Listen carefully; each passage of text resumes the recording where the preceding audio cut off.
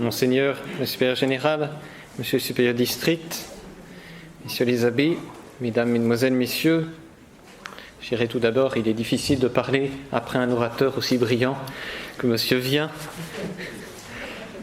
S'il est vrai qu'un langage nouveau se fait jour au Concile Vatican II, s'il est avéré que le langage est le signe de la pensée, s'il se confirme que les enseignements de Vatican II s'opposent aux enseignements précédents, on a tout lieu de croire que le Concile Vatican II inaugure une nouvelle vision du christianisme et que l'Aggiornamento conciliaire est finalement une refonte conceptuelle, et j'ajouterai langagière, du christianisme.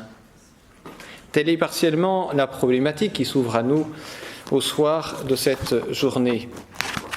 Si l'on ajoute à présent que ce langage nouveau du Concile s'harmonise fort bien avec la pensée moderne, que les enseignements évoqués dans la première partie de ce colloque cadrent également fort bien avec la pensée et le langage moderne, alors plusieurs questions se posent. D'où vient cette nouveauté? Fut-elle voulue et étendue à tout le Concile? En d'autres termes, l'intention, la délicate et épineuse question de l'intention, ne fut-elle pas d'harmoniser la révélation avec la modernité? Quelle fut cette harmonisation voulue? Quelle fut cette harmonisation réalisée? Autant de questions qui permettent de donner une réponse ou un commencement de réponse à deux autres questions, celle de l'interprétation à donner au Concile et de l'autorité magistérielle du Concile. Il y a donc, vous voyez, de multiples questions qui s'ouvrent à nous. Je ne prétends pas donner une réponse définitive à toutes ces questions, sachant qu'il s'agit là de problèmes très délicats où il faut beaucoup de nuances et d'esprit d'analogie. Tout d'abord, voyons notre première question. Est-ce que le Concile veut-il harmoniser la révélation avec la pensée moderne? Est-ce que nous pouvons trouver cette intention? Plusieurs manières de répondre s'offrent à nous. Tout d'abord, l'intention déclarée des auteurs, le témoignage des experts du Concile, de ceux qui ont triomphé, est un premier indice qui peut nous mettre sur la voie des intentions du Concile. Ce n'est pas une preuve, mais c'est tout de même un signe intéressant. Le Père Chenu, par exemple, relate que le premier chapitre des schématas, établi par les commissions préparatoires, avait pour objet, dit-il, la vérité intangible des premiers principes de la raison, comme indispensable exigence et intégrité de la foi elle-même. Le projet, poursuit-il, ne fut même pas pris en considération. La sensibilité à la mutation du monde et à l'économie du salut comme histoire expurgeait, notez le terme, expurgeait sereinement les propos métaphysiques qui s'étaient élaborés à partir d'une philosophie de l'être opposée aux philosophies du devenir. C'est dit. Et il poursuit, le Concile nous invite à élaborer une philosophie du devenir et une théologie de l'histoire. Rahner, on en a parlé, disait que l'Église est tributaire, bon gré, mal gré, de sources et de méthodes de connaissance qui échappent partiellement à son contrôle du fait qu'elles sont l'œuvre des hommes et qu'elles sont manipulées par les hommes.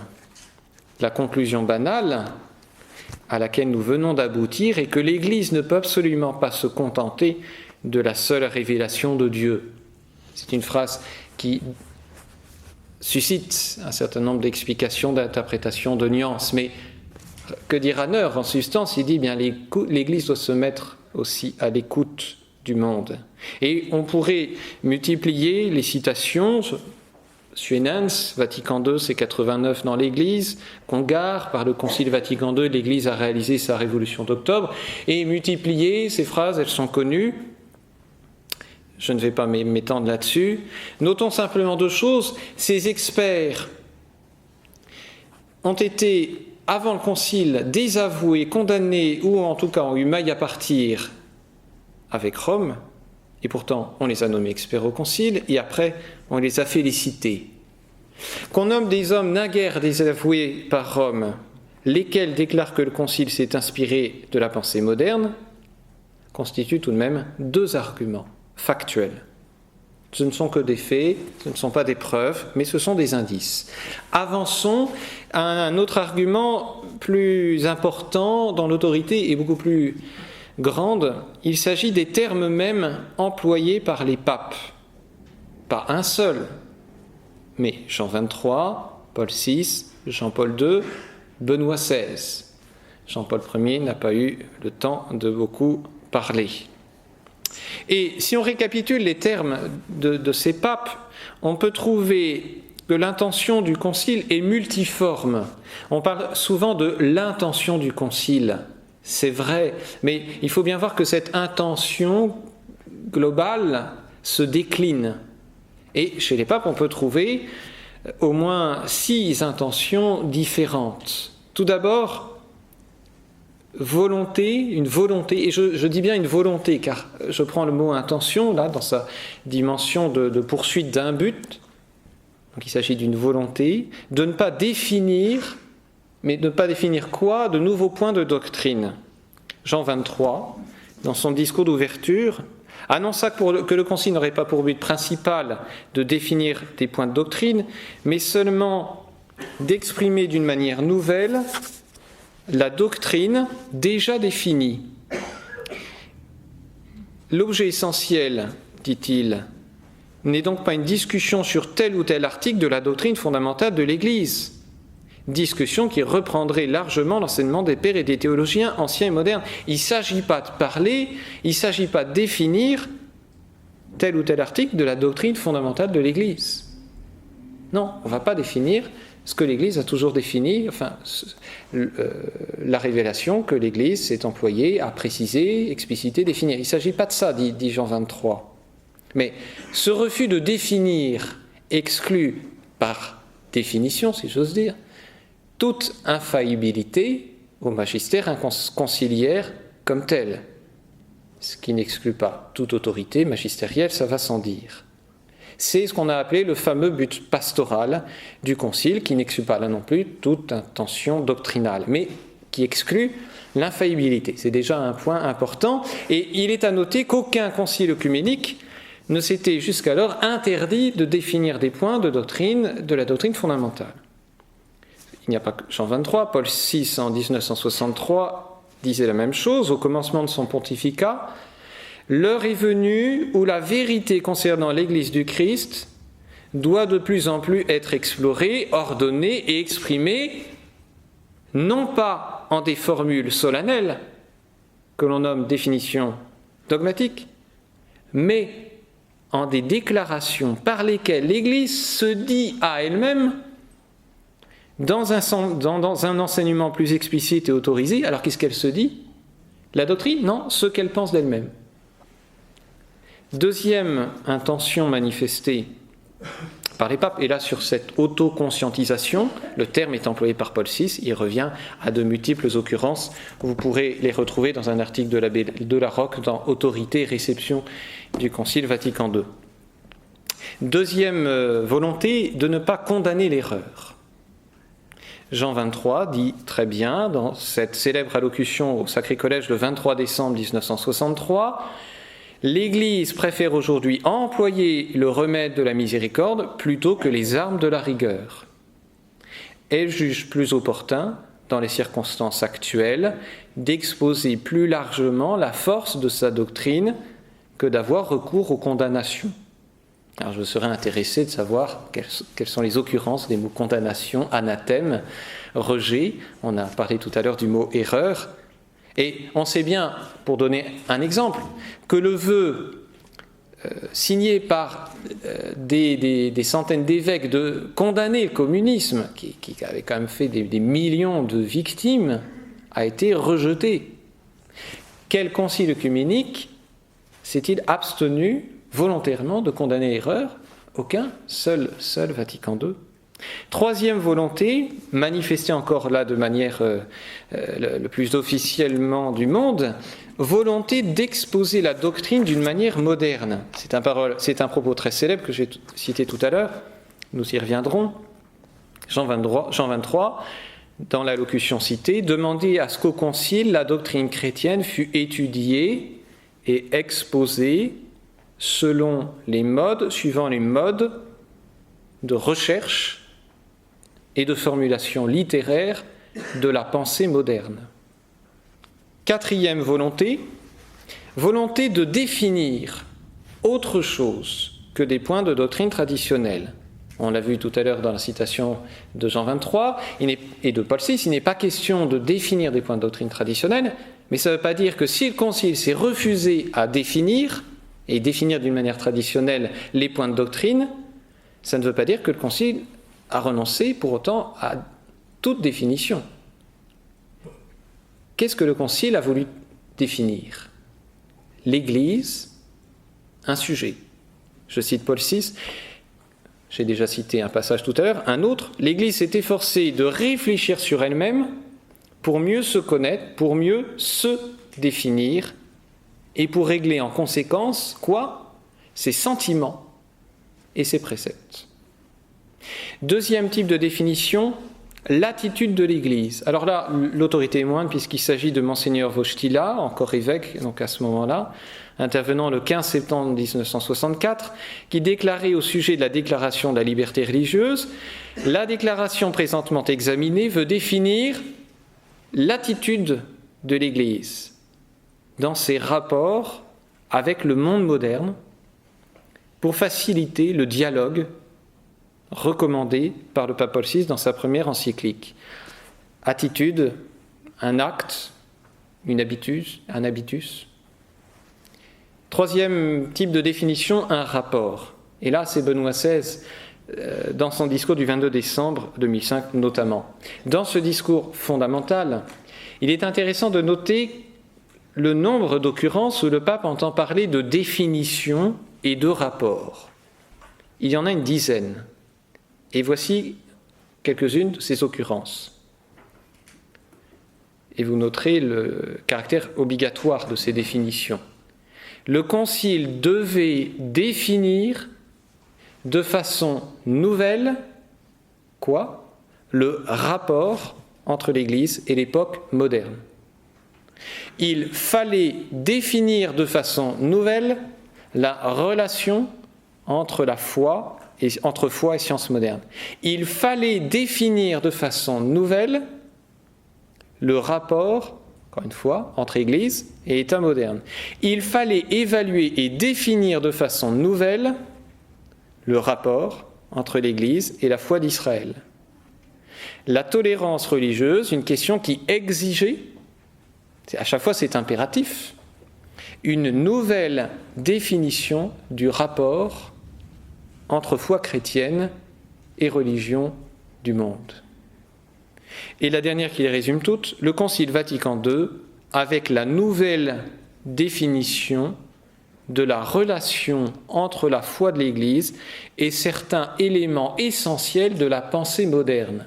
Il n'y a pas que Jean 23 qui parle de la pensée moderne, il y a aussi Benoît XVI dans ce discours du 22 décembre 2005. Donc le pape, parlant en tant que tel, et avec l'importance qu'il a voulu donner à ce propos, entend bien montrer que le Concile Vatican II, le magistère et la théologie post-conciliaire ont donné de nouvelles définitions, nous sommes donc bien dans l'ordre des principes, de l'essentiel, à l'aune de certains éléments essentiels de la pensée moderne. Donc Benoît XVI nous confirme bien dans cette idée que Vatican II, par ce dialogue et cet enrichissement mutuel avec la pensée moderne, ce mode de formulation, de recherche, est une nouvelle vision du christianisme. Ce qu'il appelait, alors qu'il était cardinal et surtout préfet de la congrégation de la doctrine pour la foi, une forme nécessaire de corrélation, rapport, entre raison et foi, appelée, et là les termes sont très forts, à une purification et une régénération moderne, mutuelle. Donc la foi doit être purifiée est régénéré, donc régénéré de nouveau, eh bien, par la raison, et la raison moderne. Donc si l'on en croit les papes, le concile a eu comme volonté de définir non pas l'objet de la foi, mais soit le sujet, soit son acte, soit son rapport à l'objet, ou un autre sujet, les hommes, la science ou l'État, quoi qu'il en soit, le point de vue est subjectif. En tout cas, concerne, disons, le sujet. Cinquième intention conciliaire, volonté d'exposer la doctrine sous forme de dialogue. Paul VI. Le Concile travaillera à jeter un pont vers le monde contemporain. Vous avez voulu tout d'abord vous occuper non pas de vos affaires, mais de celles de la famille humaine,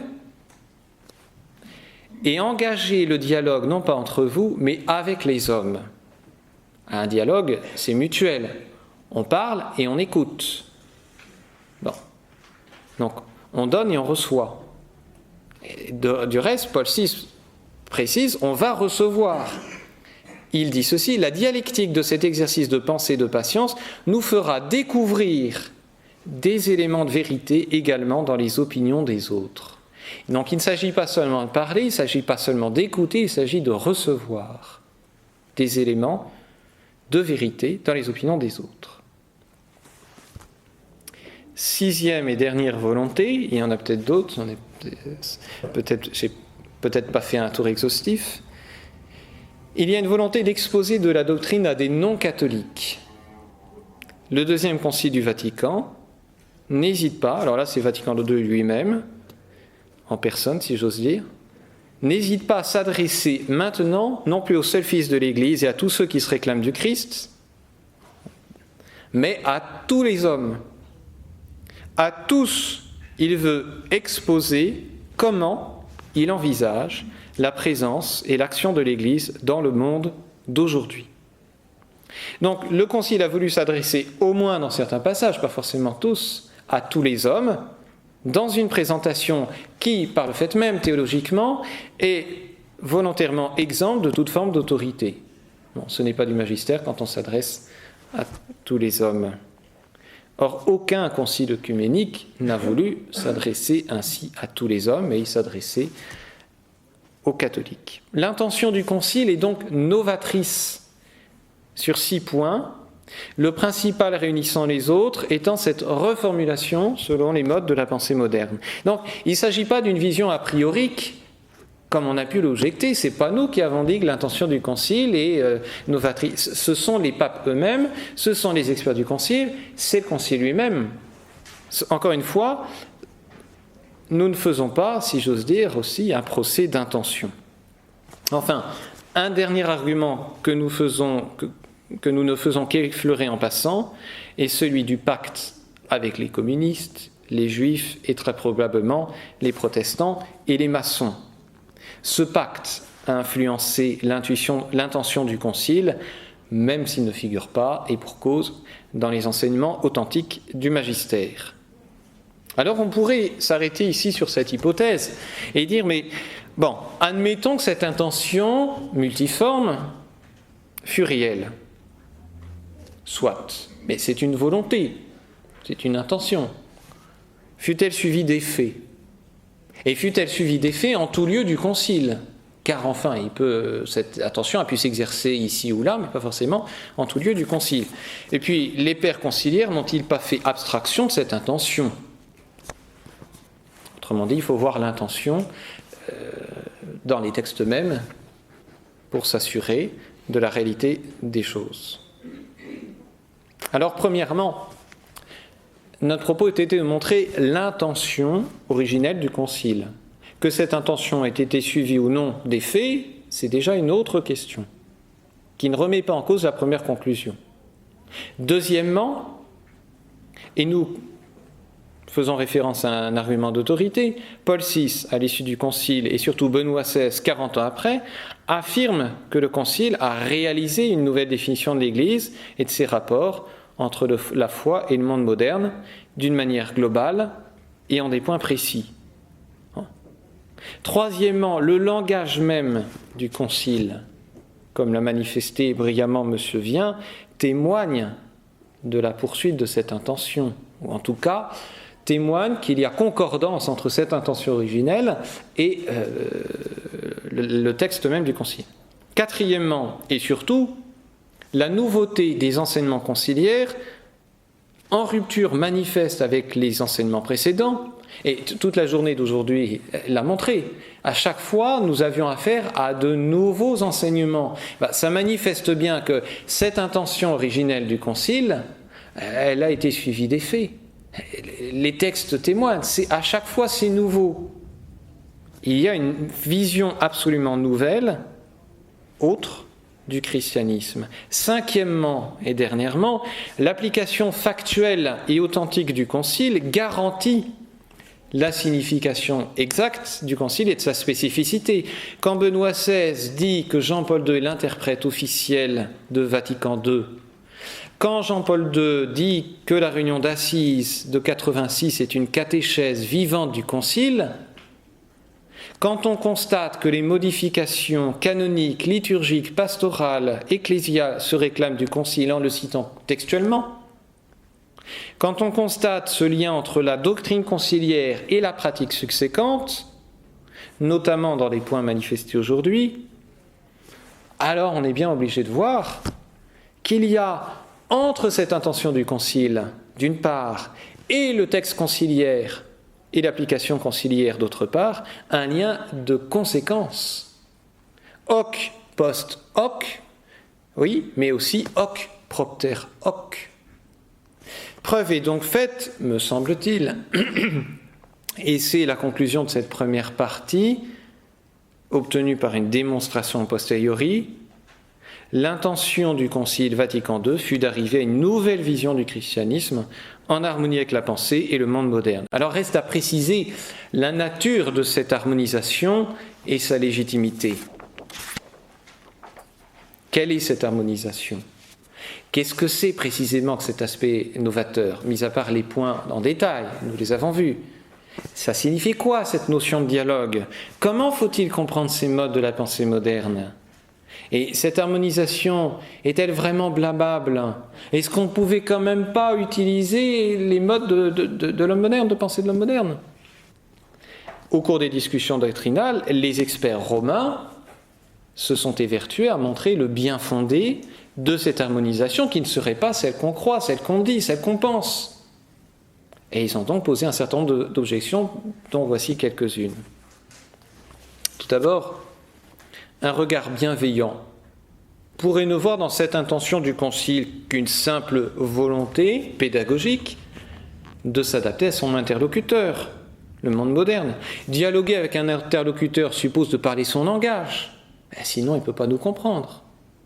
Juif avec les juifs, romain avec les romains, et moderne avec les modernes. C'est très paulinien. Deuxièmement, n'allons pas dire que le Concile n'a pas eu l'intention d'enseigner la foi, parce qu'il dit le contraire. Je cite Dei Verbum au premier numéro. Marchant sur les pas du Concile de Trente et du premier Concile du Vatican, le Concile se propose de présenter la doctrine authentique sur la révélation divine et sa transmission, pour que grâce à cette proclamation du salut, le monde entier croit en écoutant, espère en croyant, aime en espérant. Troisièmement, non seulement le Concile a eu l'intention d'enseigner, mais d'enseigner avec autorité. Lumen Gentium 21.2, le Saint Concile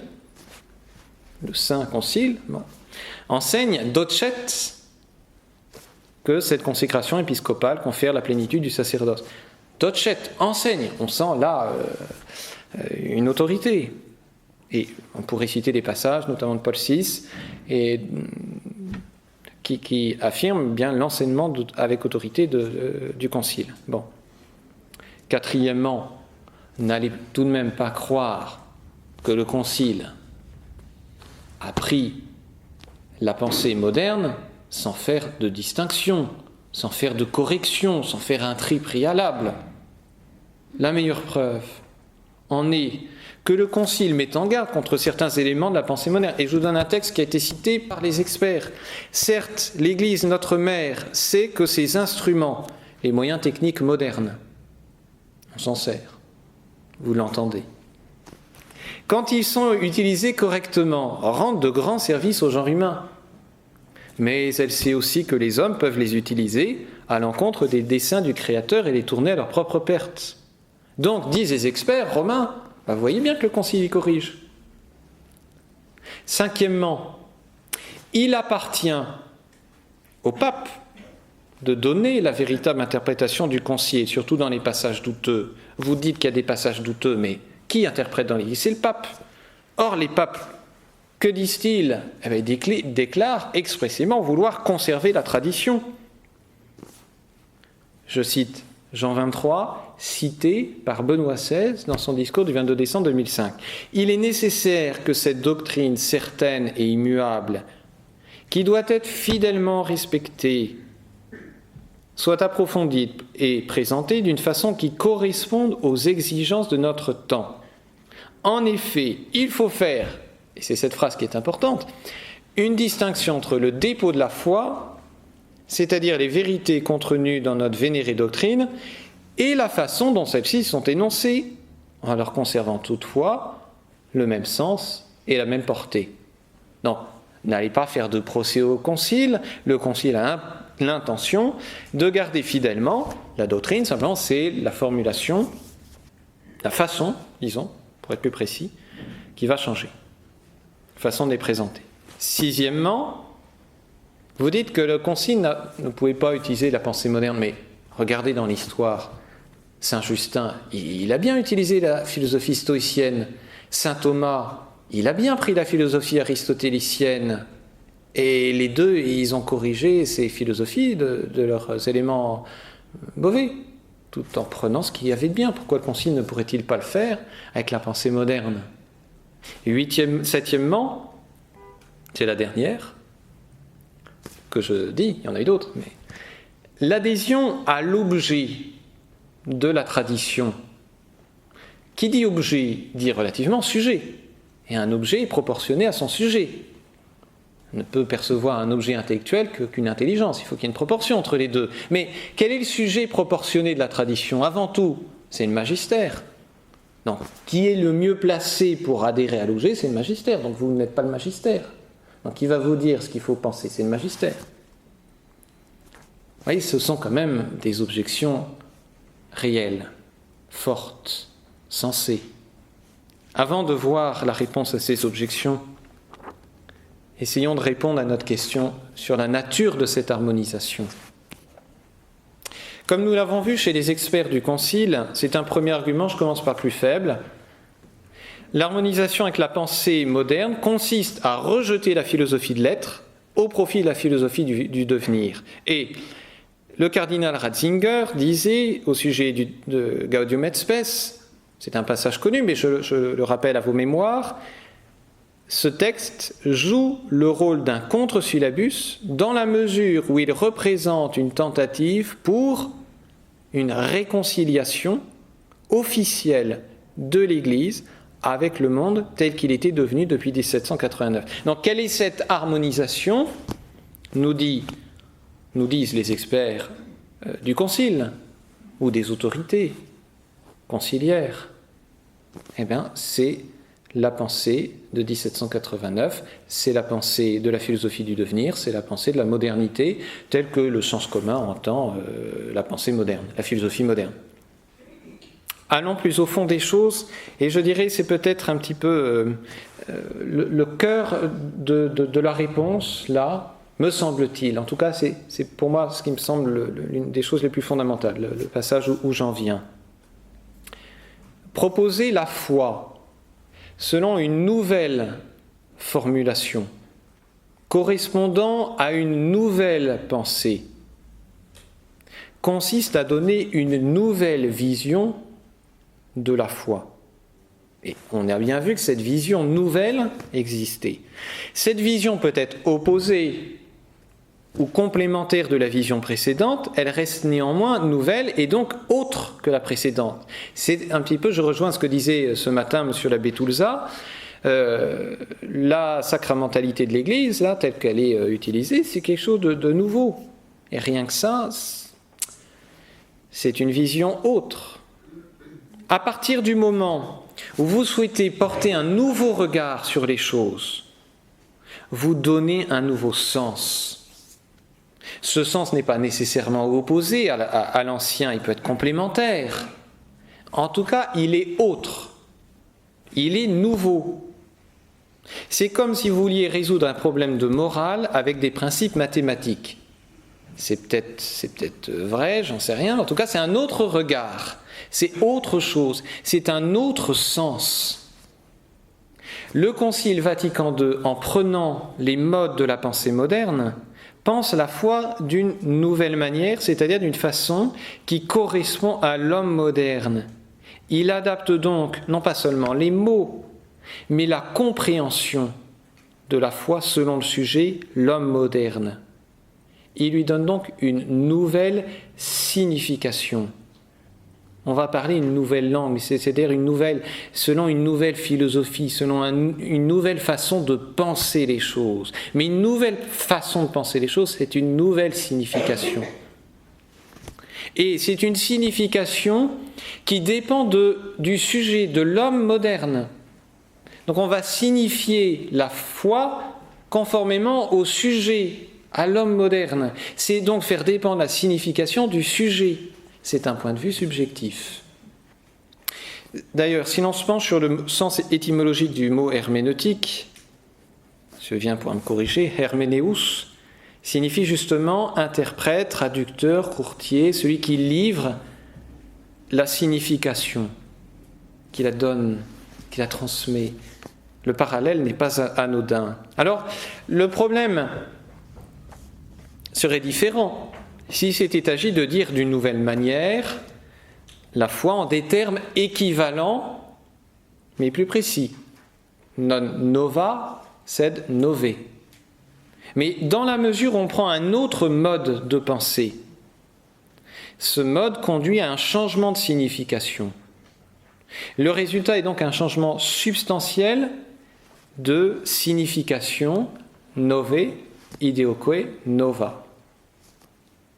Voir par exemple, pour donner un nouvel exemple, un même problème avec une philosophie réaliste et puis après une philosophie idéaliste aboutira à deux significations différentes. Si vous voyez la nature humaine, enfin la personne humaine, l'homme avec une philosophie réaliste, animal, rationnel, si vous le voyez avec une philosophie existentialiste, ça n'a rien à voir. Nouvelle signification. Le problème donc, c'est que la signification, elle est révélée. Dieu, en donnant la foi, pour qu'on puisse atteindre l'objet de la foi, a donné la signification, le sens. Comment fallait comprendre les choses? Il a révélé ce sens, de manière implicite ou explicite, mais il a révélé ce sens, cette signification. Il a donné une signification. Et le magistère a pour charge de transmettre, d'expliquer, d'expliciter cette signification. Il ne peut pas la changer. Le Saint-Esprit n'a pas été donné aux successeurs de Pierre pour donner une nouvelle doctrine, même si elle n'est pas opposée. Il ne peut pas donner une nouvelle parce que le magistère doit transmettre la même signification, selon la formule de saint Vincent de Lérins, dans le même sens et dans la même sentence aussi. Nous avons donc, si vous voulez, disons, la révélation, c'est un donné conceptuel, c'est une signification qui est donnée. Si on change le sens de cette signification, ça revient à révéler un nouveau donné conceptuel. Cette fois-ci, ce n'est pas la signification qui est révélée par Dieu, non, c'est la signification qui est révélée par le mode de pensée moderne. Mais alors, nous sommes dans une nouvelle révélation. Et ce qui va le montrer, c'est qu'on ne va pas pouvoir revenir à un sens implicite. C'est que c'est pas les mêmes principes. Donc on ne peut pas les rattacher au principe de la signification donnée. Ce sont d'autres principes. Donc c'est une autre révélation. Mais le problème, c'est que depuis la mort du dernier des apôtres, la révélation est close, terminée, finie. Le magistère ne peut pas inventer une nouvelle doctrine, il ne peut que la transmettre. Ça revient donc à confondre révélation et tradition. L'intention du concile, telle qu'on le voit dans les textes, puisqu'il donne une nouvelle signification de la liberté, du pouvoir de l'Église, de la dignité, elle est herméneutique, non pas au sens où elle se contenterait de restituer une signification perdue, d'éclaircir une signification, d'expliciter, mais au sens où elle entend donner une nouvelle signification au dogme en harmonie avec la pensée moderne. Nous l'appelons donc une herméneutique poétique, c'est-à-dire qui construit, qui fabrique une nouvelle signification de la révélation. C'est à mon avis un argument fondamental pour bien appréhender le problème de l'autorité du magistère conciliaire. Deuxième point, après avoir évoqué ça, les quatre points principaux de rupture évoqués dans la première partie de ce colloque manifestaient deux choses. C'est que cette vision, tout d'abord, n'est pas seulement autre, mais opposée. Et d'ailleurs, Benoît XVI, dans son discours du 22 décembre 2005, parle d'une révision et d'une correction par Vatican II des enseignements passés et d'une apparente discontinuité. Bon. Cette nouvelle vision, deuxièmement, cadre fort bien avec les principes du libéralisme. La trilogie liberté, égalité, fraternité se retrouve très bien dans la trilogie liberté religieuse, collégialité, œcuménisme. Bon, c'est classique. Et Benoît XVI, dans son discours à Ratisbonne, vous savez, le fameux qui a suscité un certain nombre de réactions dans le monde musulman, alors on s'est tous, focalisés sur cet aspect, mais tout le texte est très intéressant. Et il dit ceci au sujet des rapports entre foi et raison: l'essai d'autocritique de la raison esquissé ici à gros traits, il parle du conflit entre foi et raison moderne, n'implique pas du tout la conception selon laquelle il faudrait revenir en deçà de l'Aufklärung, les Lumières, et congédier les vues de la modernité. Et c'est Benoît XVI, c'est Pape qui le dit. Et quelques lignes plus loin, il demande que raison et foi s'unissent d'une manière nouvelle, après avoir fait tout un développement donc, sur cette raison moderne et avec l'Aufklärung. Troisièmement, qu'un magistère enseigne la foi en refusant par principe toute condamnation, non seulement est quelque chose de nouveau, mais quelque chose de contraire aux enseignements et à la pratique passée du magistère, et correspond fort étrangement avec la mentalité libérale, caractéristique de la pensée moderne. Un libéral, il ne veut jamais condamner, sauf les antilibéraux. Je cite Léon XIII. Le principe des opinions nouvelles dont nous avons parlé se présente à peu près comme suit. Opinions nouvelles.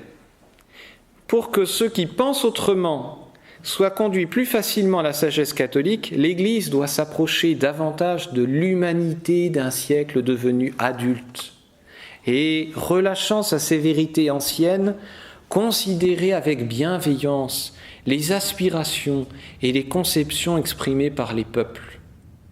Ils soutiennent en effet que pour gagner la volonté de ceux qui sont en désaccord, il est opportun d'omettre certains chapitres de doctrine comme étant de moindre importance ou de les atténuer au point qu'ils ne gardent plus le même sens que l'Église a constamment tenu. Jugement de cette attitude par Léon XIII, il n'est pas besoin d'un long discours à l'époque pour montrer dans quels propos condamnables cela a été conçu. Quatrièmement, les éléments essentiels de la pensée moderne contiennent la pensée libérale, mais ne s'y limitent pas. En l'occurrence, il n'est pas besoin d'être un philosophe chevronné pour savoir que les principes fondamentaux de la pensée moderne sont d'ordre cognitif critériologique. J'avais en note des passages de Tonnard, par exemple, qui est un classique. J'avais été voir aussi Congar, mais j'ai trouvé mieux parce que Paul VI en parle lui-même.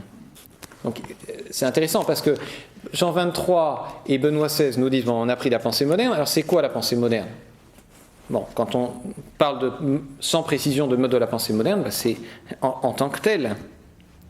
Et dans l'usage commun, c'est la philosophie issue de Descartes, fondée sur le doute critériologique. Mais si on doute de cette interprétation, qui est la plus obvie, voici celle qu'en a donnée Paul VI.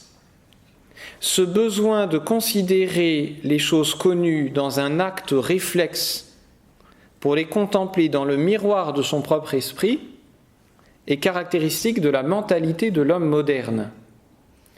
Application, c'est aujourd'hui un devoir pour l'Église d'approfondir la conscience qu'elle doit avoir d'elle-même.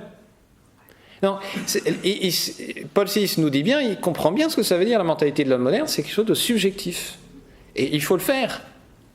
Alors si les mots ont un sens, parler outsic de la pensée moderne sans autre précision revient à dire qu'on intègre et qu'on applique le subjectivisme intellectuel qui caractérise la modernité par opposition, par distinction de la philosophie, de la philosophia perennis. Ce n'est plus l'objet qui va se régler, le sujet qui va se régler sur l'objet, mais c'est le sujet qui va régler l'objet, ou l'objet qui va être réglé par le sujet, si vous préférez. C'est ce que j'ai appelé tout à l'heure une herméneutique poétique. Et cette intention n'est pas un vœu pieux. Le subjectivisme est diffus dans tout le concile, comme dans l'enseignement post-conciliaire.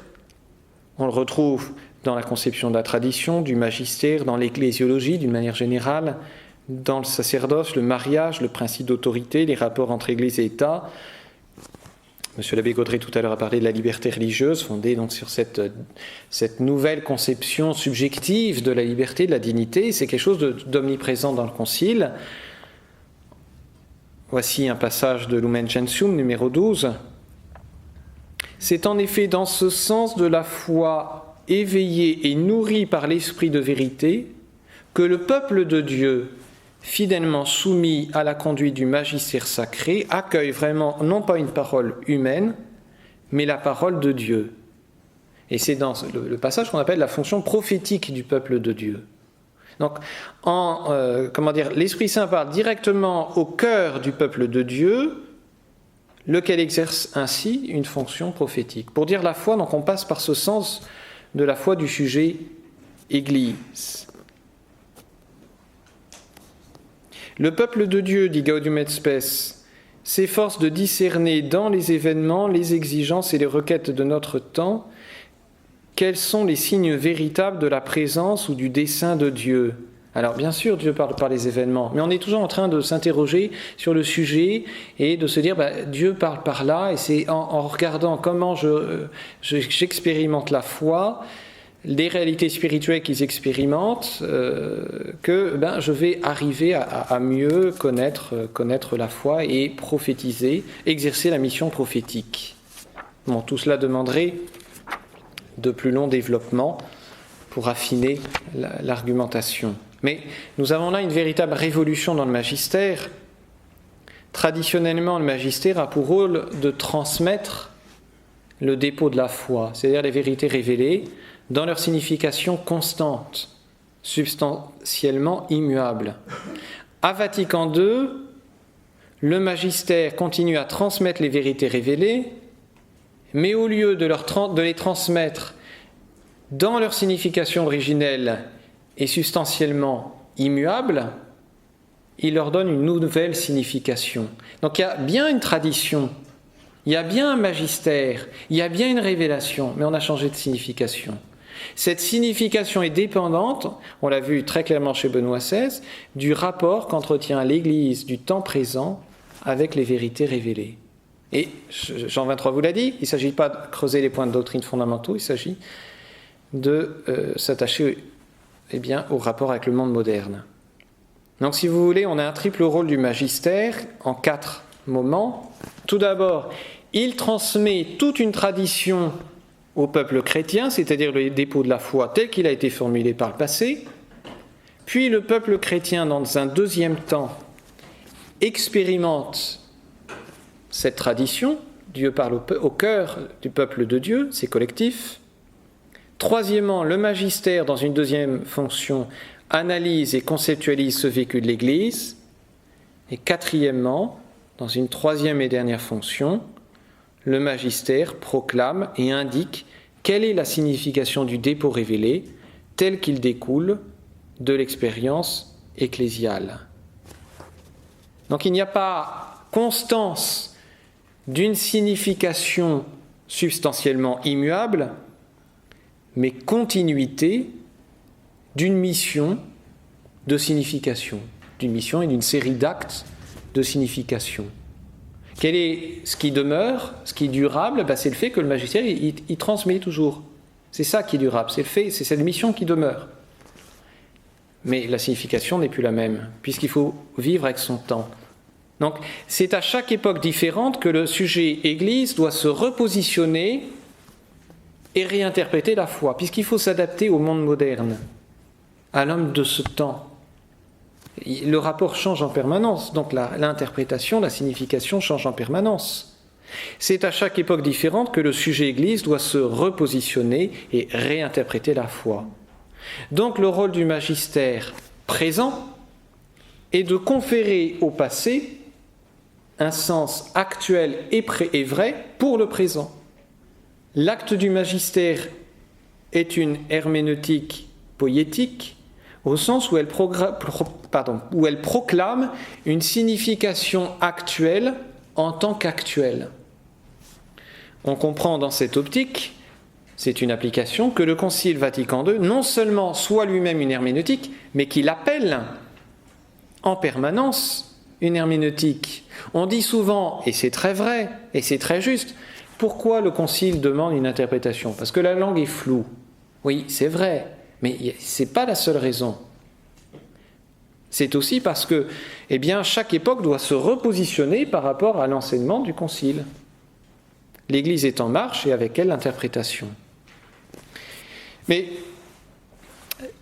nous touchons tout le problème, l'objet propre du magistère présent n'est plus l'expression conceptuelle et verbale d'un objet divin et intemporel, la vérité première, mais l'objet du magistère, il parle bien d'objet, devient une relation, un rapport temporel. Tout le problème est là. Si le magistère cesse de s'exercer sur un objet intemporel pour se porter vers un objet temporel, il n'exprime plus la foi et il cesse donc de s'exercer puisqu'il traite d'un autre sujet que celui pour lequel il a été institué. Cela manifeste donc une conception historiciste de la vérité. Le magistère suit la marche de l'histoire.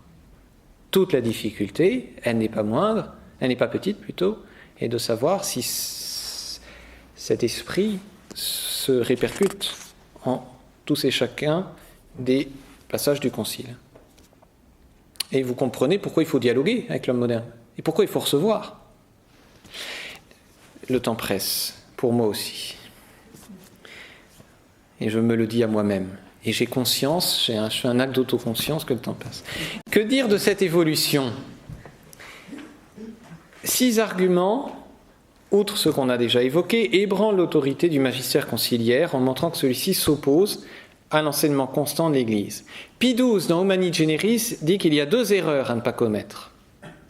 La première consiste à s'écarter en matière de philosophie de la connaissance de la philosophia perennis. Cette philosophie, dit-il, défend seule, c'est exclusif, l'authentique et juste valeur de la connaissance humaine, et poursuit, et la poursuite de toute vérité certaine et immuable. Si la philosophia perennis défend seule l'authentique et juste valeur de la connaissance humaine, toute autre philosophie de la connaissance humaine est exclue par Pie XII. Ce qui exclut par le fait même le mode, la manière de connaître de la pensée moderne, c'est-à-dire le subjectivisme. La seconde erreur, dit Pie XII, consiste à exprimer le dogme au moyen des notions de la philosophie moderne, de l'immanentisme par exemple, de l'idéalisme, de l'existentialisme ou de tout autre système à venir. Pas seulement la philosophie moderne, tout autre système à venir. Pourquoi? Me semble-t-il, précisément parce que si c'est un autre système à venir qui est différent de la philosophia perennis, de cette philosophie du sens commun, ce sera un nouveau sens Et donc ce ne sera pas la signification révélée selon la philosophie naturelle à l'homme, selon la conception naturelle à l'homme. Quoi qu'il en soit, est exclu ici par principe d'exprimer le dogme selon les modes de la pensée moderne. Ces deux erreurs ont pour fondement l'historicisme, lequel est une forme d'évolutionnisme incompatible avec la foi chrétienne. En effet, l'historicisme, ce qu'on appelle l'historicisme, prône une formulation du dogme en fonction de la philosophie de l'époque. Vous voyez le problème avec la vision temporelle de l'objet du magistère décrite plus haut. Quatrièmement, cette volonté de s'harmoniser, dialoguer, éprouver de la sympathie pour la pensée moderne se concilie difficilement avec la dernière proposition du syllabus de Pie IX. Je cite, proposition condamnée. Le pontife romain peut et doit se réconcilier et composer avec le progrès, le libéralisme et la culture moderne. On comprend que cardinal Ratzinger a dit que Vatican II, c'est un contre-syllabus. Et quand nos experts ont cité cette proposition condamnée aux experts romains, aucune réponse n'a été apportée, on l'attend toujours. Cinquièmement, cette conception d'une herméneutique poétique s'accorde très mal avec la condamnation de l'évolutionnisme moderniste, condamné par Saint-Pédis dans Lamentabili et Pascendi. Je cite deux propositions condamnées. Les dogmes que l'Église présente comme révélés ne sont pas des vérités tombées du ciel, mais une interprétation de faits religieux que l'esprit humain s'est donné par un laborieux effort. Deuxième proposition condamnée que je cite, la révélation n'a pu être autre chose que la conscience que l'homme a acquise de sa relation à Dieu. Si on se rappelle que selon Benoît XVI, le Concile a voulu définir la relation de la foi de l'Église et certains éléments essentiels de la pensée moderne, on trouvera le rapprochement troublant, pour le moins.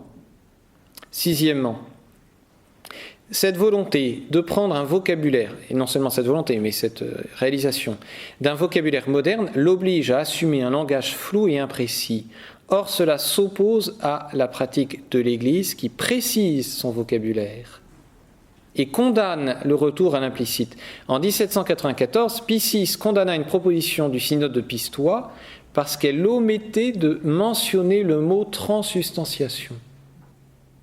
Et le pape précise, terme consacré, je vous citais tout à l'heure, par l'Église, pour garder sa confession de la foi contre les hérésies. Alors il me reste maintenant à répondre aux objections. Dialoguer avec un interlocuteur suppose de parler son langage. Alors, si on parle d'un langage propre à lui, je distingue. Si ce sont des principes vrais, très bien. Mais si tel a pu être le cas, le texte et le contexte conciliaire montrent que le concile ne s'est pas contenté de principes vrais et propres à l'interlocuteur. En outre, parler des modes de la pensée moderne semble indiquer une pensée dépendante de la conception moderne de la connaissance. Et cette moderne méthode est erronée. Ce ne sont pas des principes, c'est une vision globale, une méthode. Deuxièmement, parler le langage de l'autre en empruntant des principes propres à lui est faux. On peut faire ça, mais je distingue. Enfin, disons, oui, on peut prendre un principe faux de l'autre. On va partir de ce principe faux, mais pour le mener à l'absurde. Et ce n'est pas ce que fait le Concile. Il ne mène pas à l'absurde les principes faux du monde, de la pensée moderne. Ou alors on peut se dire, mais est-ce que je ne pourrais pas prendre des principes faux et à partir de ces principes faux conduire la vérité? Non, ce n'est pas possible. Du faux ne peut pas sortir le vrai. C'est pas possible. Principe faux ne peut pas démontrer le vrai. Alors, ensuite, troisièmement, parler son langage en empruntant des principes communs, oui, d'accord, mais là, c'est pas le terme, puisqu'on dit que ce sont des éléments essentiels de la pensée moderne. Et on voit bien dans les textes, c'est ce subjectivisme. La deuxième objection, le Concile a voulu enseigner, oui, Oui, c'est vrai. Mais cette volonté d'enseignement, elle est quand même concomitante d'une intention initiale et répétée de s'abstenir de toute définition et d'user des modes de la pensée moderne. Donc cet enseignement, par le fait même, est intentionnellement et dans ses principes, et donc dans son autorité, distinct de l'enseignement habituel. Imaginez un petit peu qu'un professeur dit « Bon, aujourd'hui, c'est les élèves qui vont parler ».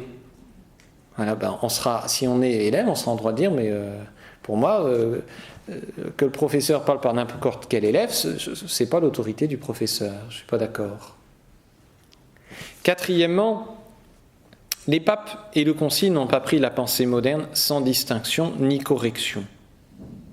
Alors, qui n'ait pas pris tous les principes faux, on est tout à fait prêt à l'admettre, et on l'admet, sans difficulté. Qu'on dise qu'ils ont refusé tous les principes faux, ce n'est pas vrai. L'omission volontaire de toute condamnation et l'assimilation de principes faux dans la liberté religieuse, notamment le subjectivisme, le personnalisme qu'on retrouve dans le mariage, notamment dans l'éducation, attestent du contraire. Et on ne peut donc pas dire qu'il s'agit d'un sens large, prendre les modes de la pensée moderne, puisque Paul VI nous dit, je vous ai cité le passage, que le subjectivisme, cette autoconscientisation, c'est bien ça la caractéristique de l'homme moderne. Il savait ce qu'il faisait. Cinquièmement, j'ai bientôt fini, je vous rassure, après cette rude journée. Je vous citais tout à l'heure le propos de Jean 23, cité par Benoît XVI, dans un discours du 22 décembre, où il dit « Mais attention, on veut conserver le même sens, la même signification. Non, on est d'accord. Je vous relis le passage, vous l'avez peut-être oublié.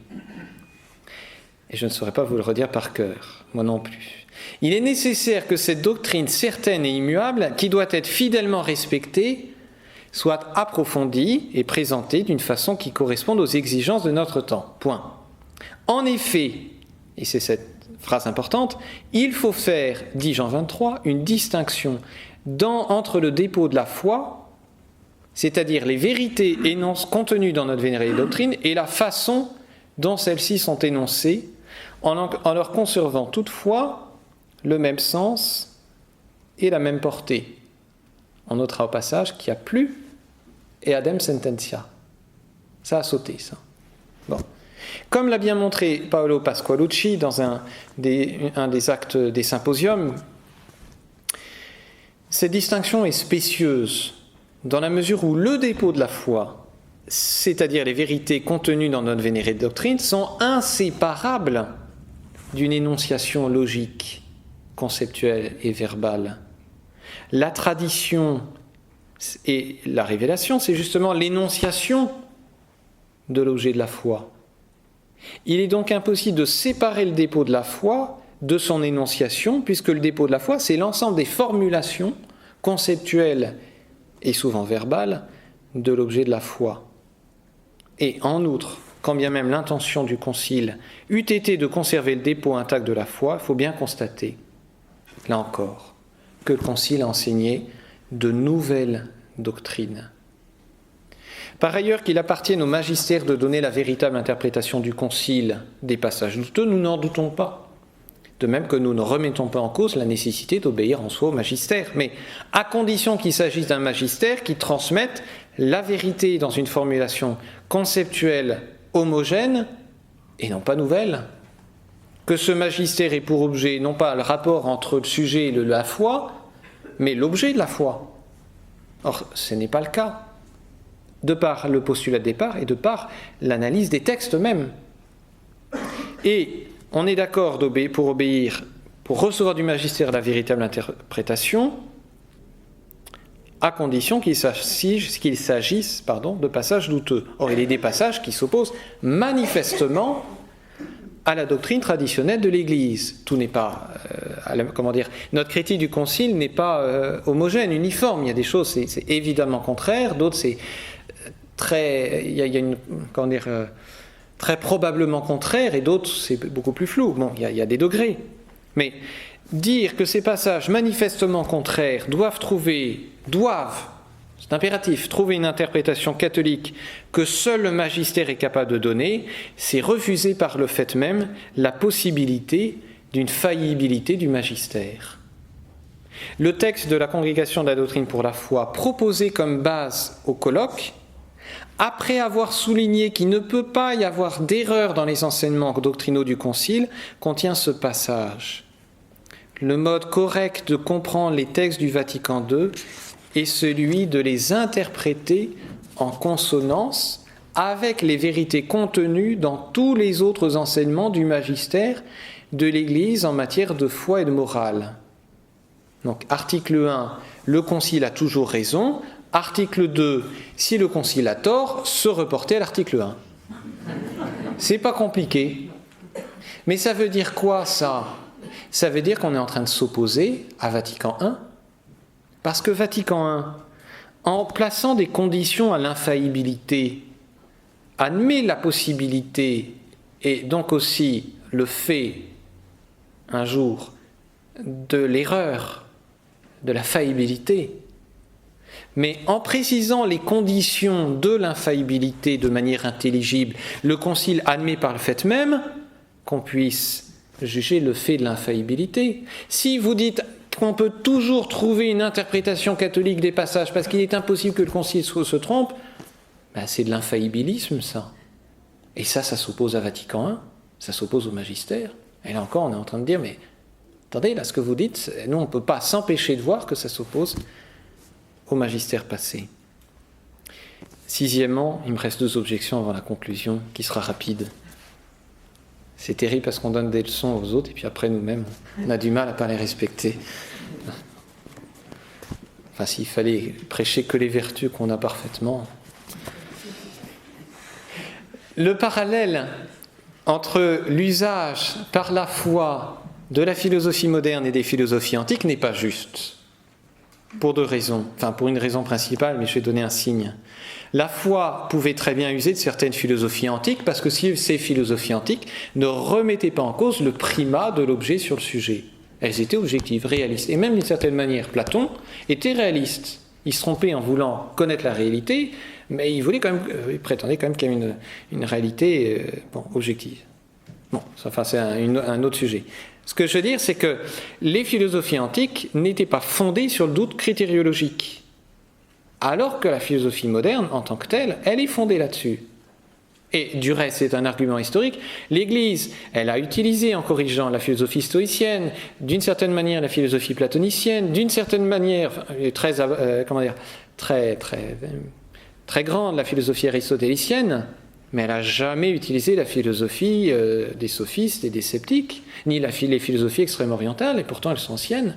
L'Église, elle a dit non, certaines philosophies on ne peut pas, et pas seulement la philosophie moderne, donc le cas n'est pas le même. Enfin, dernière objection, la question de l'objet du sujet. C'est vrai que le sujet proportionné par excellence à l'objet de la révélation, c'est le magistère, ça c'est sûr. Bon. Il ne s'agit pas de rejeter le principe du magistère, nous ne sommes pas protestants, quoi qu'ils en disent. Quoi qu'ils disent. Nous acceptons le principe, mais nous refusons son application au concile et au magistère post-conciliaire. Pourquoi ?